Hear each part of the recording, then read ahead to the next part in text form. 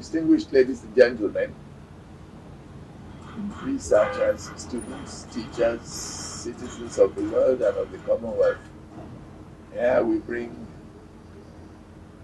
the man of letters, Dr. Emeka Anyaoku, the doyen of public service, a public intellectual, and an international civil servant. It is a pleasure to be here with Dr. Emeka Anyaoku. So, sir, we welcome you. Now, your elite education, as you know, your exposure, your international cosmopolitan experience gives for standards. Now, do you still enjoy the standards in Nigeria's former centers of excellence, Nigeria's institutions, Nigeria's parastatals, and the public service? Do you still find the standards there, sir? Well, let me start by saying that although I have 33 honorary doctorate degrees from universities in Britain, Nigeria, and other places across the world, I do not use the title doctor. But returning to your question. What should we use, Chief? Yes, because I'm an indice, Bosi, Yes. which, strictly speaking, is a high chief, but chief is more commonly used. Right. Bless you. Oh dear, I'm so sorry. No. I believe I can say that I was fortunate as a young man to grow up in Nigeria when the standards in education and of ethical values were reasonably high. I went to University College of Ibadan, which at the time was a University College of London. And at the time, the teaching staff was truly international, and our examination papers were marked in Ibadan and in London, and the standards were universal in terms of quality. I think it's fair to say that when University College of Ibadan became University of Ibadan, for a while the standards were also maintained. But I think that one must admit that now the standards of education in our universities, and there are now many universities in the country, the standards have declined. And in terms of ethical values, the values that we upheld at that time have become seriously adulterated. At the time, we believed that success came out of hard work. You would not be successful unless you worked hard in whatever calling you chose. And things like examination malpractice was unheard of. Things like forged educational certificates were seldom heard of. But now it's commonplace to see examination malpractice and to hear about forged certificates and so on. So I believe that we need to return to those standards that we had at the time. And I say to the young people growing up now that they must learn that success comes from hard work. And they must learn that character, in terms of integrity, is most important. They must learn, as was succinctly put by evangelist Billy Graham, who said that when wealth is lost, nothing is lost. When health is lost, something is lost. But when character is lost, everything is lost. I think our young people should learn that and apply that to themselves.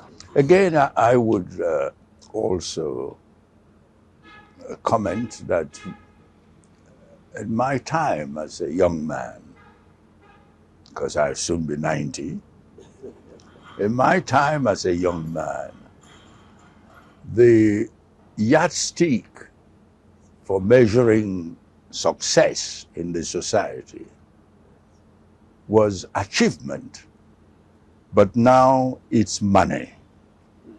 Now money seems to be the most important yardstick for assessing success.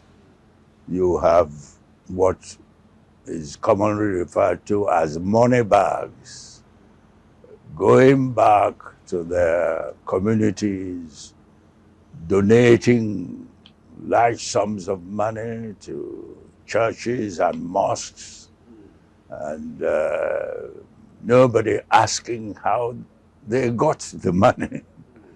And of course, our politics, our public life is driven by money. Money for campaigning for positions, money once those positions are obtained, making money is the yardstick, and that needs to change. And I advocate to our young people to move away from that perception of success. Thank you, sir. Now, Nigeria has experimented with various modes of governance. The Westminster military, the American presidential system, which unfortunately is so expensive that a developing nation cannot afford it. And yet, that's the new mode of governance. No homegrown formula has emerged. No homegrown style of governance had emerged in our entire history. Now, what is fundamentally wrong, sir? What do you think is fundamentally wrong? You're widely traveled, you're a very experienced person. You've seen governance around the world, and you had been in it yourself and had initiated many things for which you are largely honored today and remembered, and for which you will be remembered for a long time to come.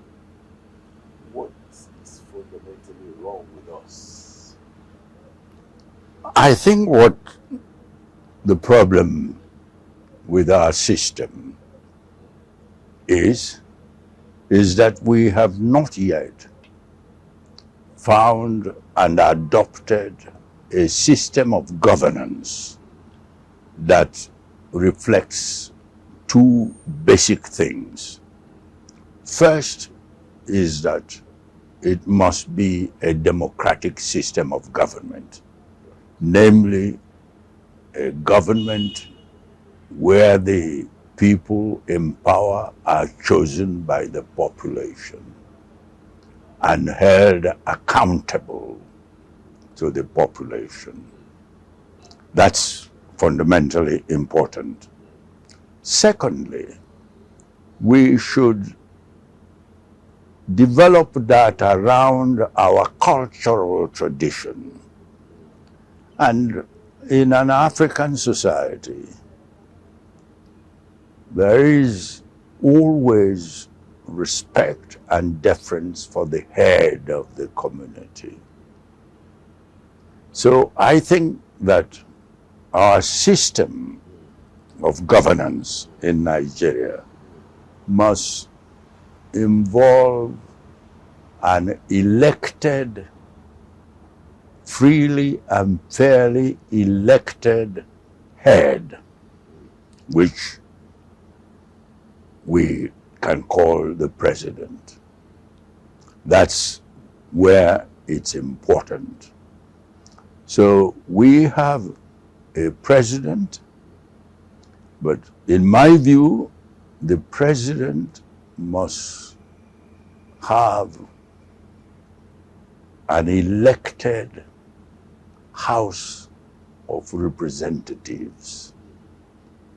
I think that there is nothing wrong with adopting some of the principles that are in the American system. But there is something wrong in not adapting those principles to our own cultural circumstances. I believe we do not need to have bicameral parliament. Right. I believe that one parliament of freely and fairly elected representatives should be there. Right. I believe that we should not have parliamentary career as full-time career. We should elect people who sit and make laws for this society, probably 6 months of the year altogether, and the paraphernalia of governance in our country at the moment is extraordinarily expensive. A Nigerian senator earns much more than what US senator earns. And yet you know that the GDP of United States per head is much more than that of Nigeria. We have in Nigeria a replication of institutions of governance. We have 36 states with their state assemblies, their state civil services, their state judiciaries, and so on. I believe that is inexcusably expensive. We were better off when we had a system of governance reflected in the 1960-1963 constitutions. We had only 4 federating units then. And at that time we were at par in social and economic terms with countries like Malaysia and South Korea. Now these two countries are very much ahead of us, more than one generation ahead of us. And they do not have replicated institutions of governance.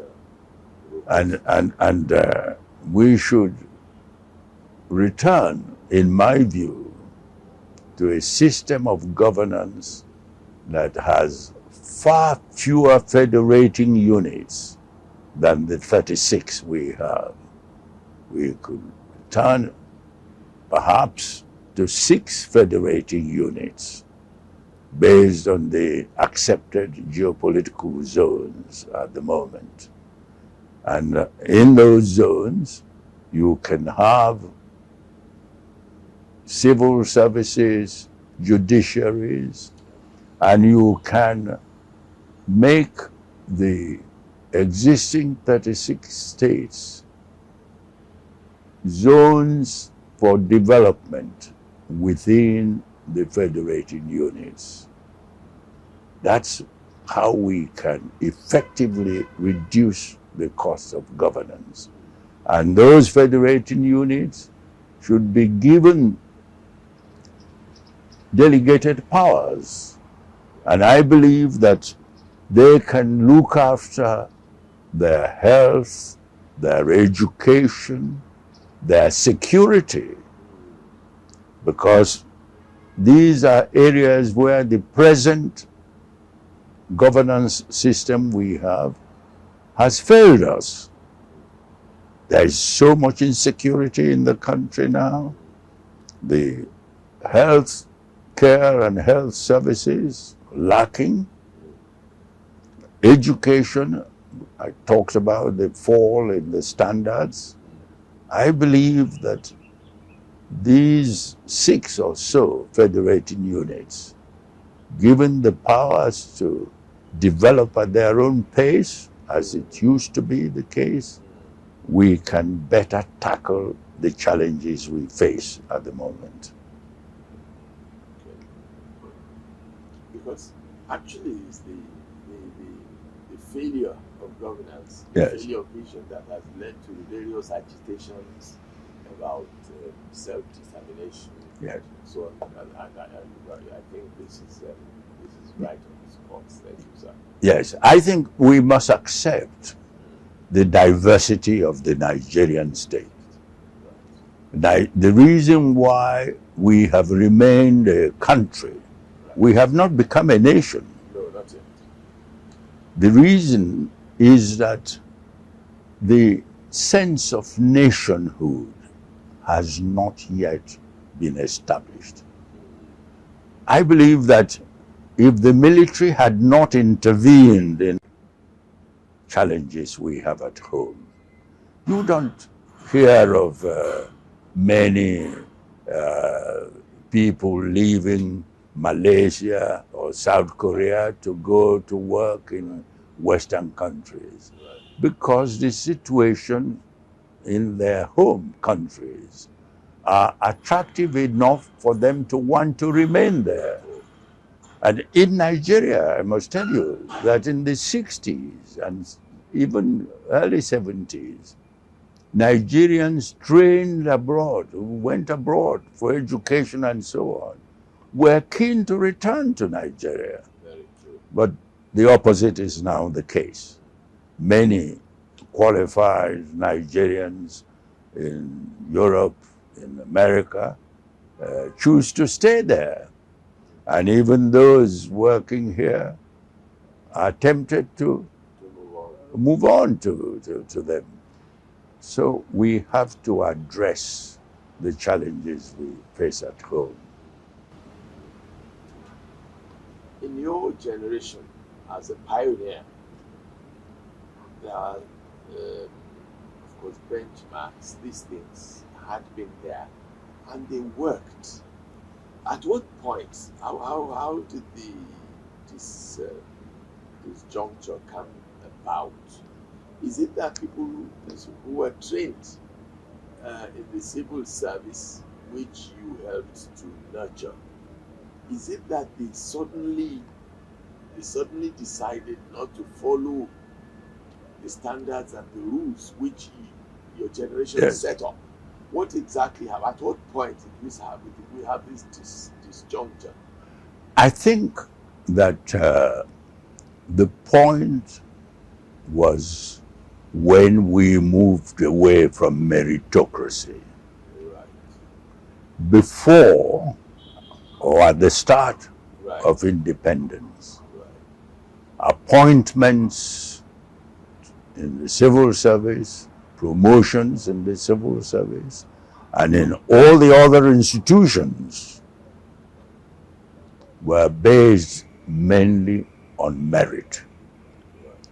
But when these offices became politicized and politicians began to insist on having their own people in positions, irrespective of their experience and qualifications, the standards fell. I can tell you a little anecdote. Right. In 1975, I was visiting the Republic of Seychelles as Secretary General of the Commonwealth. And in my meeting with the President, Albert Roney, I complimented him on the efficiency of the telecommunication system in the Seychelles. From my hotel room, you could pick up your phone and call any part of the world with ease. And he said to me, well, Secretary General, we owe that to your countryman. And I said, my countryman, I'd like to see him. The foreign minister who was present at the meeting was asked by the president to arrange for the Nigerian to come and see me. And the meeting was at 10 o'clock in the morning. And at 5 p.m., the Nigerian came to see me. And I said to him, look, Nitel in Nigeria was performing very poorly. At first, I thanked him for bringing pride to our country. And I said, Nitel was performing poorly. Why don't you go and do what you've done here? And he laughed and said, sir, after I left Manchester University with a master's in telecommunications, I went and worked in Nitel for 7 years. In my 7th year,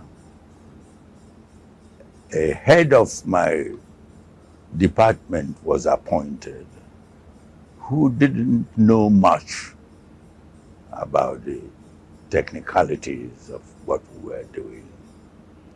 And he, within the first 3 months, sought to bring down the standards to the level he could cope with. That was why I left. So that's a measure. It was a political appointment, he told me. So the politicization of positions and offices and the desire of politicians to have their own people, irrespective of qualifications and experience, lowered the standards, and we have not recovered from that. Thank you. Thank you. This is vintage, because you have your index finger right on the point. This is true. This is very true. Is it then possible? Are we able to reverse this at all? Yes, I'm hopeful.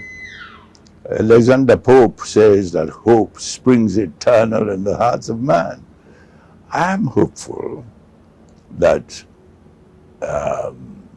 once we have the right leadership in the country, a leadership that is determined to raise the standards, a leadership who, by example, is determined to stop the massive corruption that exists in the country.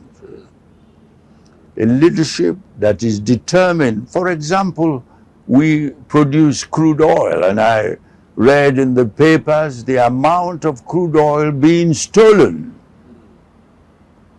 A leadership that's determined to put a stop to that sort of massive looting of our common heritage. I believe that we will change, that the population will react positively to that, and the young people will begin to learn the value of hard work, the value of good character, of integrity, and the value that achievement matters more than money. Thank you so much, sir, for being this is vintage. We're very so Yeah. the youthful population. I mean, who are now living in droves, and some of who are also frustrated because the wrong values are filtering down, and some of them resort to criminality, to indolence, to and to emigration. We do hope that when these values are restored, as you've advocated now, it will be possible to bring them back, and we can then rebuild and reconstruct. Now, I had the privilege to visit the United Kingdom, and then I asked the Pan-Africanist C.L.R. James of blessed memory. Yes. I think mine was about the last interview or interaction with him before he passed on. I asked him, you're British, and you had always said that your values are now Western because you are a Western people. Yeah. You had been cultured in the West.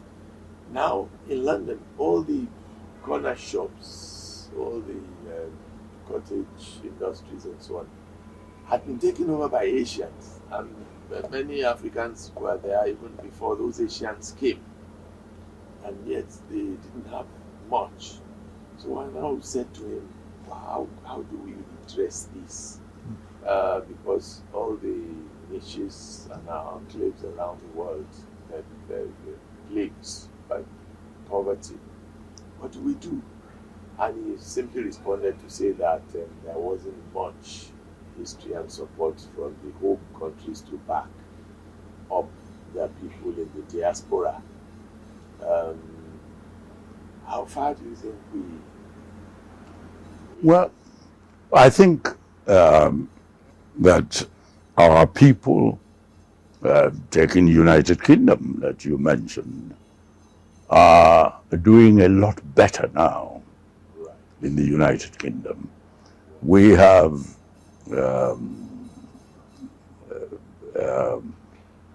we had a Nigerian who was among the 4 people being canvassed for the prime ministership of the United Kingdom.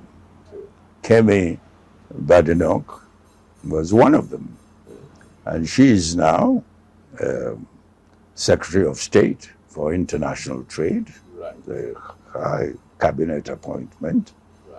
And there are Nigerians in Parliament, British Parliament, that is. But of course, they have not done as well as the Asians. After all, the British Prime Minister now, Rishi Sunak, is of Indian extraction. And there are the Home Secretary is of Indian extraction from Mauritius, Braverman. And the shops, you rightly said, the simple explanation for the Asians taking over the shops is because the Asians are traditionally more commercially minded. I mean, Asians, whether in South Africa, East Africa, and different parts of the world, they make better traders because that's a profession in which they are rooted. Right. So in the UK, I remember telling another anecdote. In one of my meetings with the then President Idi Amin Right. of Uganda, Right. the Secretary General asked me to go and get him to moderate his policy of driving out the Asians from Uganda.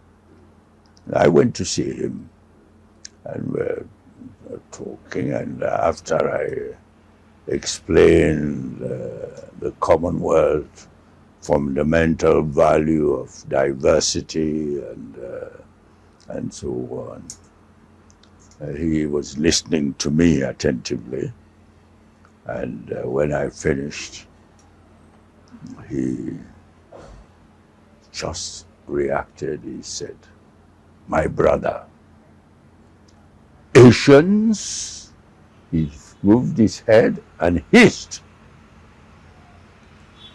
and said, "They will take over Regent Street, Oxford Street."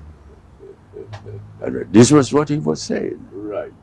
He said that, and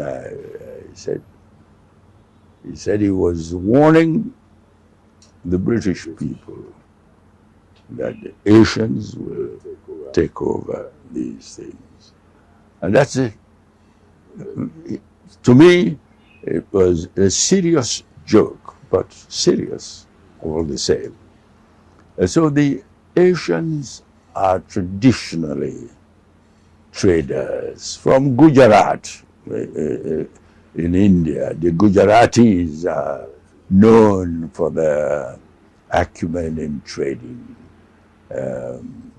Just as in Nigeria, you talk of the Igbos, as traders. So each people have their characteristics. Yes. Now, it's a great, distinguished ladies and gentlemen, scholars and citizens of the world. The taste of the pudding is not only in the eating, it's also in the digestion of it. Chief Emeka Anyaoku has been with us. We are extremely grateful to you, sir. Thank you so much. Thank you so much. And I believe that with that, you have given a parting shot, especially to the generations coming long after us. You are 90 in less than 2 weeks. We pray that the good Lord will give you longevity and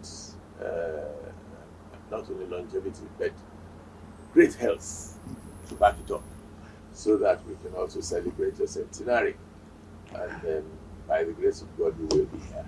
Thank you very much indeed, Dele. Thank you very much indeed for the scope of your questioning and remarks. It shows that you do care for our country, which is what I wish that more people will do. Thank you, sir. Thank you, sir. We're very grateful, sir. Thank you. We appreciate you, sir.